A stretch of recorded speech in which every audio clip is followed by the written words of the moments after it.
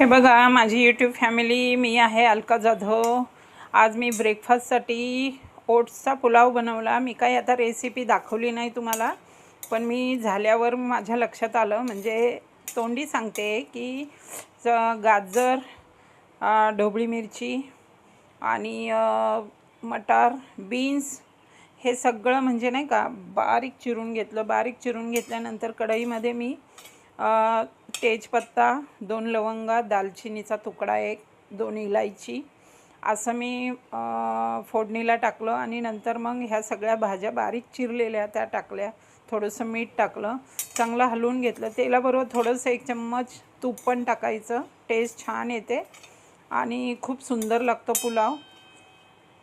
आणि मग ते जरा तेलामध्ये शिजून घ्यायच्या चिरलेल्या भाज्या सगळ्या।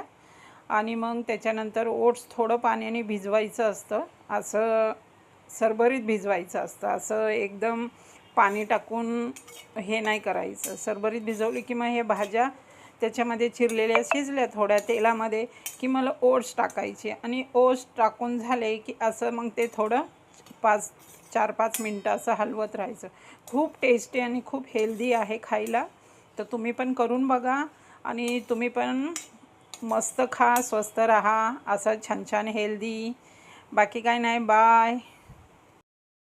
तशी पण ओट्स पुलाव म्हणतात ह्याला, ही तशी पण बंगाली रेसिपी आहे, खूप छान आहे, हेल्दी आहे। खा तुम्ही पण बनवून।